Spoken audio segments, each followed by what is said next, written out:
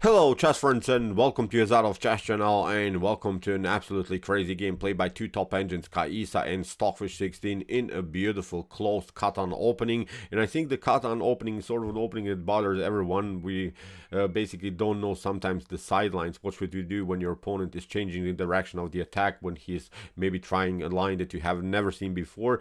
I think the Catalan opening has to be really studied in a deeper way. If you have followed also my YouTube chess channel, I've created a separate playlist, the Catalan opening from white and from black perspective. So here's the link. I think you can have also a beautiful preparation in these types of positions and these types of structures. But let's see now how the fish is playing with the black pieces against the Catalan opening. In my opinion, a beautiful, spectacular positional, but then afterwards tactical game. But of course also a beautiful, beautiful, instructive game here played by Stockfish 16. So let's see now what happened with the white pieces. The Caissa engine opened with the move d4. Knight to f6, c4, e6. We have g3, d5, bishop to g2, the Catalan, and now after move bishop to b4, it becomes the closed Catalan because we never took now the pawn on c4. We have now knight to d2. Now white covers with the move knight to d2.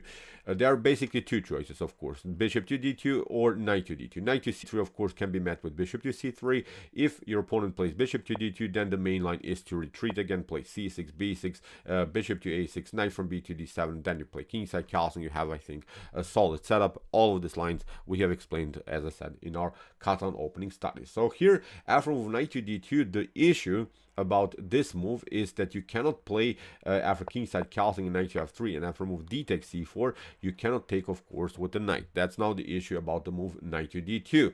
What should white do now? For instance, if you try queen to c2 to attack the pawn further, now you don't protect the pawn. That's now the main goal here. You protect actually your bishop with a5. That's now the best continuation here for black. And after something like queen to c4, now you play a tricky b6, and then you, of course, try to attack the queen with bishop to a6. If something like knight to e5 happens, still we have this Zwischenzug, this intermediate attack. You have to step back, and now we play rook to a7. And now if your opponent wants to play, I don't know, something like knight to c6, we'll simply trade it off.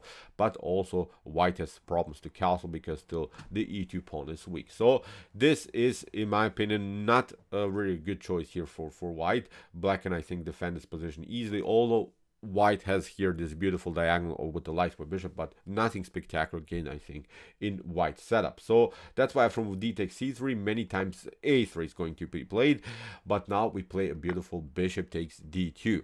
And it seems strange that you're giving up, of course, the bishop for knight in an early stage of the game, but actually after move bishop to d2, now we can play a very, very nice continuation that I think you have to know by heart, that you have to now memorize in order to stay in the game with the black pieces. What you should not do, I think, here is to play the move b5. It's tempting, but then you get hit probably here on the flanks. a4, you're trying to protect. After a takes b5, we have c takes b5, and now white doesn't want to play in the move knight to e5. White will hit you here in this way, knight to g5, and the only way to survive this, you have to play now knight to d5. But now queen to b1 is going to happen, attacking now the h7 square, even threatening checkmate. And in some crazy lines, you have to even play now the move g6. But look at this, white will hit you on the flanks with h4, h5, will include also the bishop into the attack. I guarantee you, you'll not have fun playing now this game from black's perspective. A strong player will destroy you immediately here in this types of positions. So really, really crazy position. So that's why after move bishop to d2,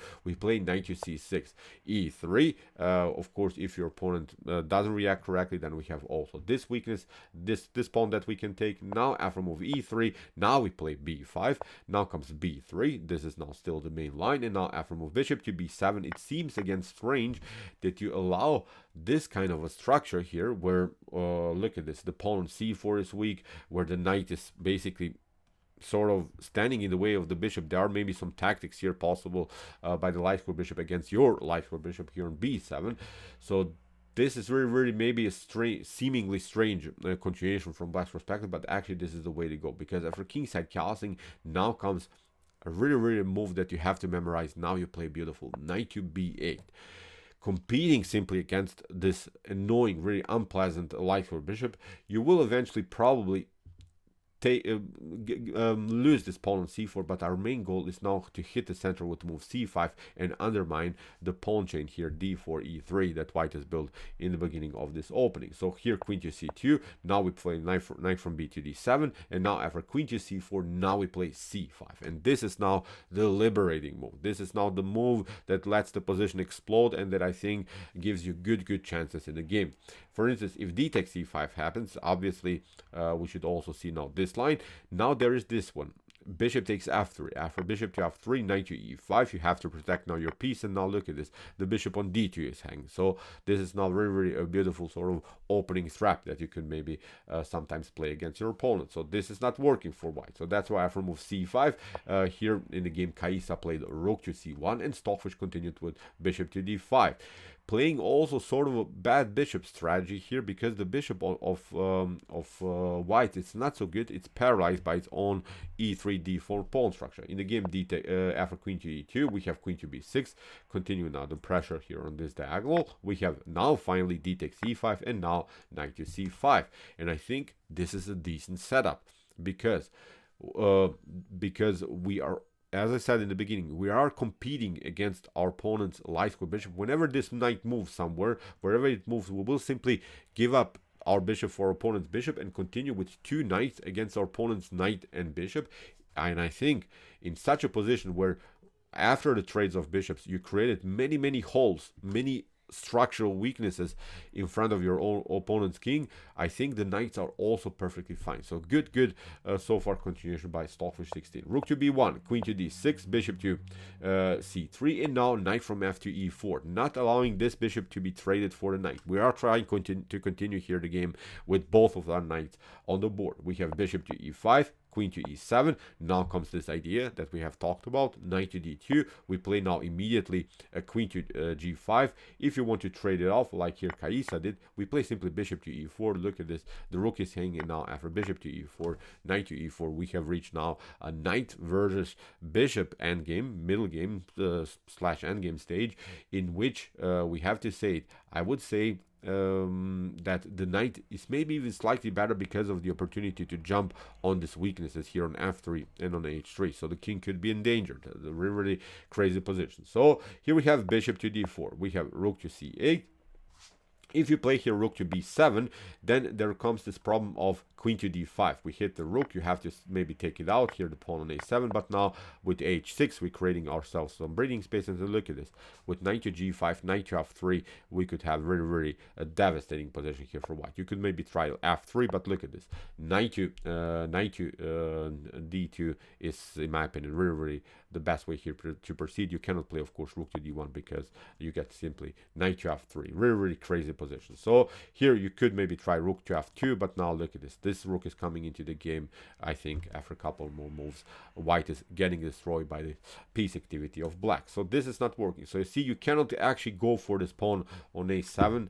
It's tempting, but it would be a mistake here for white. So that's why here Caissa played rook from f to d1. We have h5 by Stockfish, immediately attacking now the king side, and also with the support of the knight, trying to get use of the structural weaknesses here, the light weaknesses in front of the king. So rook to b5, attacking the queen. Queen stays here on g6. We have queen to d3, a6, kicking away the rook, and now rook to a5. But now Stockfish continues the pressure. f5, supporting this most powerful piece now on the board, the powerful knight on e4. We have here f3. Caissa is not tolerating this annoying knight, of course. Stockfish retreats, again with the opportunity to somehow attack the position. Here, again, there is the weakness on f3. King to g2, and now a rook to c6. Very important move to cover all of our pawns on the 6th rank, and also, of course, prepare maybe to double up rooks on the c file. We have h4, kicking with the knight. Knight drops back to f7, rook to c5, and now rook to c8. We have rook takes c6, rook takes c6. Still, everything is glued together and compact. And now queen to b3, trying, of course, to include the queen into the game. But now a very nice move here by Stockfish, a calm move.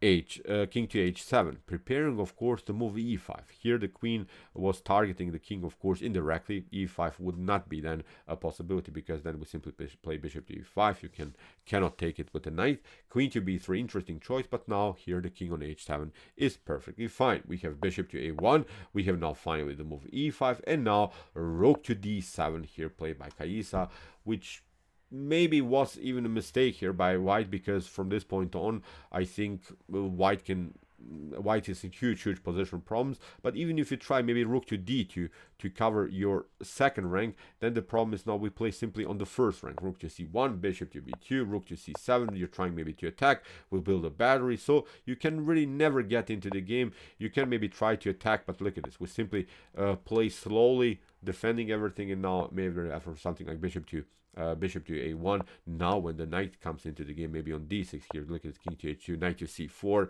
the knight will eventually find its way into the game. So from this point on, I think it's obvious that white is in huge position problems. This one is weak, this one is weak. If you step back with the rook somewhere, then of course this rook is coming on the second rank. Here white's king is more endangered, I think, than black's king for sure. So that's why after move e5, here we have rook to d7, but now we have f4 here by Stockfish 16. Really a beautiful move. The problem is now you cannot take queen takes f7. You're running into really forced checkmate here. You could after queen to d3 and king to d3 and queen to e3, the game is over here for white. Really wild stuff. So here after move f4 that Stockfish played, Caissa played now e takes f4, but now comes knight to h6. Stockfish says I had enough, I opened the position in a good way. Even if he tries here something like, I don't know, king to f1, then look at this, rook to b6 is coming to game, and then rook to b1 is also winning immediately here for black. So that's why after move knight to h6, we have f5, knight to f5, hitting the weak pawn on g3. We have now bishop to e5. We have queen to e8, attacking now simply the loose rook on d7. We have rook to d5, queen to e6, pinning now the rook to the queen. We have queen to d3, and now queen to d5. Very a spectacular move here by Stockfish. But look at this, what happens if you play, of course, here queen takes d5, then you get the royal fork, then you continue the game with the whole rook down. In the game after rook to d5, as we said, queen to d5. Here in the game Caissa took queen to f5, but now after move g6, in this particular position Caissa resigned. So what's the issue? You could of course try queen to e4, but then we traded off, going into a favorable endgame. If you try something like queen to f4, then again this rook is the rook check is the problem. You're trying to cover with take, and then again with delivered check, you have to again trade off the queens in this endgame again. Why black is completely winning here. So interesting ideas here by Stockfish in the Catalan opening. What I really liked was this continuation where Stockfish retreated here to b8, preparing c5. So it seems strange to have this kind of position, but as I said, here knight to b8 competing against the lights for bishop, then knight to d7, and then to play the move c5. That's now the way to go. Liberate yourself, and I think this is a good continuation. I'm not saying this is completely winning for black, but this is must-know theory in the Catalan opening. So, okay, I hope that you enjoyed this game. I really enjoyed it a lot. Here's again the link of our whole Catalan opening studies list. Here, I think you can have many sidelines, many variations that you should know in this very dynamic opening. And if you want to see more beautiful attacking games like this, check out our Common Chess Games Played by Computer series. Here's the link of our playlist, and if you like this content, don't forget to subscribe to my channel. See you soon with some more videos, and what do we say? Chess is the best, of course.